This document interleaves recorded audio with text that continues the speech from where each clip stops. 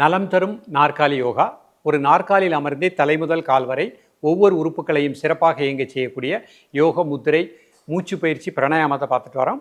இன்றைக்கு நம்ம பார்க்கக்கூடியது குளிர்ச்சி வகை பிராணாயாமங்கள். நிறைய நபர்களுக்கு உடல் சூடு அதிகமாக இருக்கும்.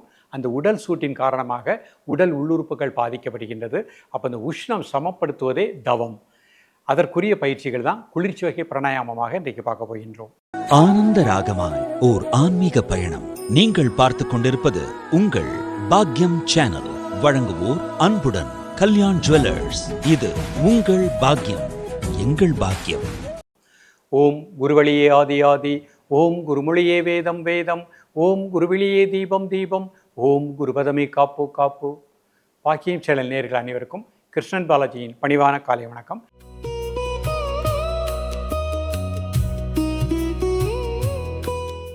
நேயர்களே, நலம் தரும் நாற்காலி யோகா.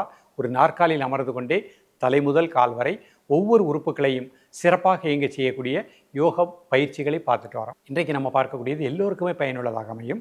இன்றைக்கு நிறைய நபர்கள் டென்ஷன், ஸ்ட்ரெஸ், தொடர்ந்து சிந்தனை செய்தல், தூக்கமின்மை, உணவு முறையில் மாற்றம், இந்த காரணத்தினால அவர்களுக்கு உடலில் உஷ்ணத்தினுடைய தன்மை அதிகமாகுது. அப்போ உடலில் உஷ்ணம் அதிகமாகும் பொழுது நமக்கு பலவிதமான பிரச்சனைகள் ஏற்படும். வயிற்றில் அல்சர் ஏற்படும், இதய துடிப்பு சீராக இருக்காது, நரம்பு மண்டலங்கள் நன்றாக இயங்காது, இரத்த ஓட்ட மண்டலங்கள் சீராக இயங்காது. இதையெல்லாம் சரி செய்வதற்கு கூலிங் பிராணாயாமா, குளிர்ச்சி வகை பிராணாயாம பயிற்சிகள் தான் இன்றைக்கு பார்க்க போகிறோம். இப்பொழுது இந்த பயிற்சி நீங்கள் ப்ராக்டிஸ் பண்ணும் பொழுது நிச்சயமாக உடம்பில் உஷ்ணம் சமமாக இருக்கும். இப்பொழுது இதனுடைய செயல்முறை விளக்கத்தை தெளிவாக காண்போம்.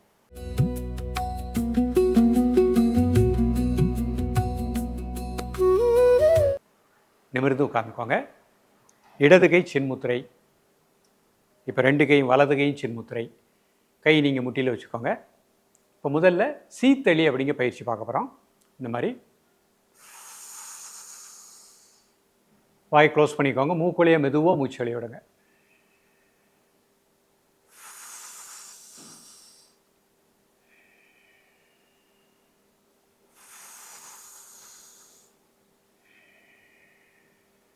நாக்கம் அடிக்க முடியாதவங்க வாயை விசில் மாதிரி வச்சுக்கோங்க. வாயை க்ளோஸ் பண்ணிக்கோங்க. மூக்குலையே மூச்சு வெளிய விடுங்க. எது ஈஸியாக இருக்கோ அதை பண்ணுங்கள். இந்த மாதிரி 10 முறை பண்ணிக்கிடணும். உங்களுக்கே தெரியும், மூச்சு உள்ளே இழுக்கும்போது குளிர்ந்த காற்று உள்ளே போகும். மூச்சு வெளியே விடும்போது உடலில் இருக்கக்கூடிய அடிவயிறு உள்ளே இருக்கக்கூடிய உஷ்ண காற்று வெளியே வந்துடும். இதுக்கு பேர் சீத்தளி. அடுத்து சீத்காரின்னு பண்ண போகிறோம்.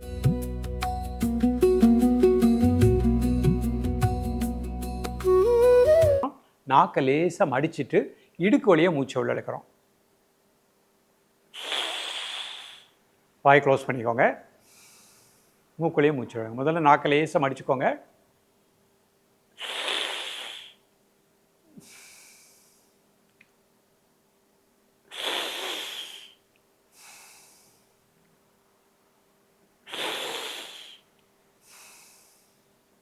இந்த மாதிரி 5 முதல் 10 முறை பண்ணிக்கணும். அடுத்து சதந்தா அப்படிங்கிற பயிற்சி பண்ண போகிறோம்.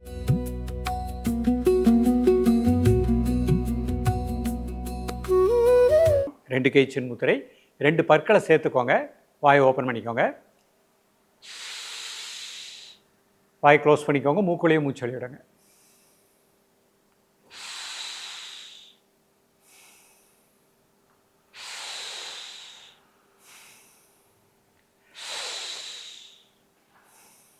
இந்த மாதிரி 5 முதல் 10 முறை பண்ணிக்கோங்க.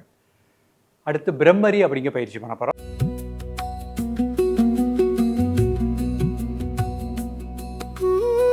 ரெண்டு கை சின்முத்திரை. 2 நாசுலையும் மூச்சை உள்ள இழுங்க. 5 செகண்ட் மூச்சு அடைக்கோங்க. 1 2 3 4 5. மூச்சு வெளியே விடும் பொழுது அந்த சவுண்டோடு மூச்சு வெளியே விடுங்க. உங்கள் உணர்வு தொண்டை உள் பகுதியில் வச்சுக்கோங்க. Normal breathing. மீண்டும் ஒரு 2 பண்ணுறேன். முதல்ல மூச்சை உள்ள இழுக்கிறேன். மூச்சு அடைக்கோங்க. 1 2 3 4 5. மூச்சு வெளியே விடும் பொழுது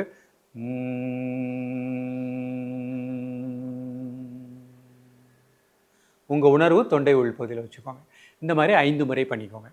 நேயர்களே, இன்றைக்கு பார்த்த அந்த பயிற்சி சிறியவர்கள் பெரியவர்கள் அனைவருக்குமே இன்றைக்கு உடம்புல ஸ்ட்ரெஸ்ஸு, டென்ஷனால் ஓவர் ஹீட் இருக்குது. இந்த பயிற்சி பண்ணும் பொழுது டெம்பரேச்சர் கரெக்டாக இருக்கும். உடம்புல கெட்ட உஷ்ணம் வெளியே போயிடும். அந்த உஷ்ணம் சமமான உஷ்ணம் கரெக்டாக இருக்கும். நோய் இல்லாமல் சிறப்பாக வாழலாம். தொடர்ந்து பயிலுங்கள். மீண்டும் சந்திப்போம். நன்றி, வணக்கம். ஆனந்த ராகமாய் ஓர் ஆன்மீக பயணம். நீங்கள் பார்த்துக் கொண்டிருப்பது உங்கள் பாக்யம் சேனல். இது உங்கள் பாக்யம், எங்கள் பாக்கியம். வழங்குவோர் அன்புடன் கல்யாண் ஜுவல்லர்ஸ்.